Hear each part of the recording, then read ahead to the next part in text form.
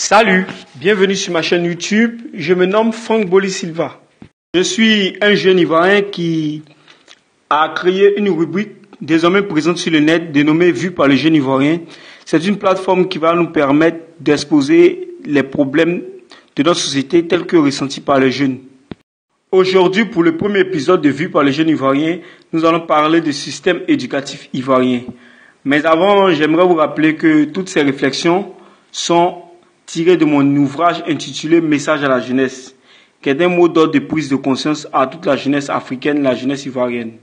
Alors, sujet du jour, pourquoi devrait-on repenser le système éducatif ivoirien? D'abord, c'est quoi un système éducatif?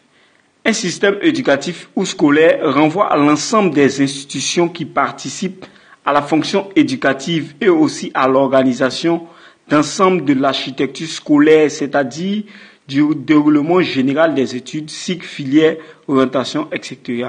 Retenez dans notre cas que c'est tout simplement l'école ivoirienne. Ainsi définie, la première raison pour laquelle je pense que nous devons repenser notre système éducatif, c'est que notre système est vieux comme le monde. C'est un système qui date tout simplement des années coloniales. Pourtant, nous savons tous aujourd'hui que nous vivons dans un monde gouverné par les technologies nouvelles. Un monde qui est en perpétuel développement, en perpétuel changement. Alors, un vieux système statique peut-il faire face à un monde technologique dynamique d'aujourd'hui? Un système pourvoyeur de demandeurs d'emploi, à coup sûr, et de surcroît non compétitif. En réalité, la deuxième raison pour laquelle je pense que nous devons changer notre système, c'est la compétitivité. En effet, un système éducatif performant de qualité se veut être l'une des bases de la capacité, de la compétitivité et de l'innovation. C'est-à-dire qu'un système éducatif performant de qualité est égal à la somme de la capacité, de la compétitivité et de l'innovation. Je ne vais pas m'attarder sur la capacité car je veux plutôt définir ou approfondir les deux prochaines notions qui sont la compétitivité et l'innovation. Mais c'est quoi la compétitivité? La compétitivité, c'est tout ce qui est susceptible de supporter la concurrence grâce à ses qualités, à ses caractéristiques. Exemple, un produit compétitif. Alors, question, l'école ivoirienne est-elle compétitive ou encore engendre-t-elle des produits compétitifs? Pensez-vous qu'un étudiant issu du système éducatif ivoirien est compétitif sur le marché de l'emploi face à d'autres étudiants venus d'ailleurs? Ou encore est-il normal qu'en 13 années d'études, 18 années pour certains, nous sortons de l'école ne sachant rien faire de nos 10 doigts, aucune compétence, zéro expérience pratique? Laissez-moi vous raconter une petite anecdote. En deuxième année BTS, c'est-à-dire en fin de formation des techniciens supérieurs en informatique, nous allons en salle d'informatique pour la première fois pratiquement à la fin de l'année et au grand étonnement de tout le monde, on constate qu'il y a des étudiants qui ne savent pas allumer un ordinateur et qui ne savent pas où se trouve le bouton démarrer par exemple. Pour des techniciens supérieurs en informatique, c'est très grave. Cependant, regardons de plus près pourquoi ce système n'arrive pas à engendrer des produits compétitifs. En effet, pour qu'une école ou un système engendre des produits compétitifs, il faut tout d'abord mettre ces produits en compétition entre eux-mêmes. Heureusement, cette compétition existe dans le système éducatif ivoirien. C'est l'une des qualités de ce vieux système occidental. Cependant, de quel genre de compétition s'agit-il?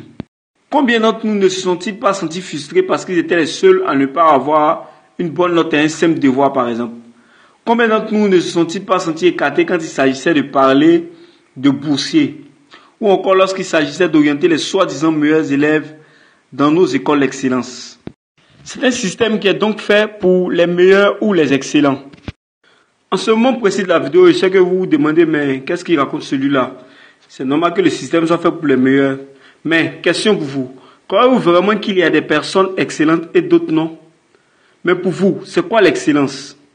Retenez aujourd'hui que l'excellence est le degré éminent de la qualité, de la valeur de quelqu'un dans un domaine précis. Aujourd'hui, je prends par exemple le cas des footballeurs qui sont bien placés dans la société, mais c'est des gens qui ont été rejetés par notre système, clairement. C'est des gens à qui le système a dit tu ne connais rien, tu n'es pas meilleur, va-t'en. Pas des personnes excellentes ou pas. Il y a seulement des personnes qui ont trouvé leur voie dans ce qu'enseigne l'école et il y a d'autres qui n'ont pas trouvé leur voie. Et ce système doit plutôt les aider à trouver leur voie. Notre système scolaire doit plutôt les aider à trouver leur voie et non les blâmer. Cette école qui ne fait que nous blâmer plutôt que de nous encourager, ne pas faire de nous des produits compétitifs. En vérité, chacun de nous est excellent. Comme le disait M. Auguste Dago, expert en entrepreneuriat, dans son livre « Les 3 grands principes pour réaliser vos rêves », ce monde se construit jour après jour grâce aux idées de chacun d'entre nous. Ce qui voudrait dire que tout le monde participe à l'avancement de notre monde. Par conséquent, tout le monde a sa place. Comprenez donc que la compétitivité dans un seul sens est nocive et que la compétitivité sans innovation est vaine, quand en vérité chacun de nous est excellent. À présent, parlons d'innovation, que je positionne en tant que la 3e raison pour laquelle nous devons repenser notre système éducatif. L'innovation est tout simplement l'action d'innover, d'introduire quelque chose de nouveau dans un domaine quelconque. L'innovation est aussi la créativité et est alors définie comme la capacité à imaginer ou à réaliser quelque chose de nouveau, quelque chose d'original. Le système éducatif, l'école nationale est en réalité une entreprise dont élèves et étudiants sont les produits.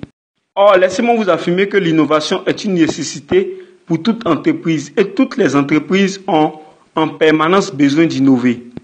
Notre système a donc besoin d'innover et d'innover en permanence. Si un jour vous n'avez pas été jugé compétitif face à un étudiant issu de notre système éducatif, voici l'une des raisons et sûrement la principale d'entre elles. Votre système n'innove pas.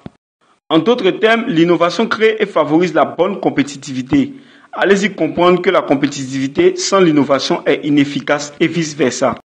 Allez-y comprendre pourquoi tant de jeunes Ivoiriens diplômés issus du système éducatif ivoirien peinent à trouver un simple emploi et pourquoi bon nombre de nos génies se retrouvent sur le carreau.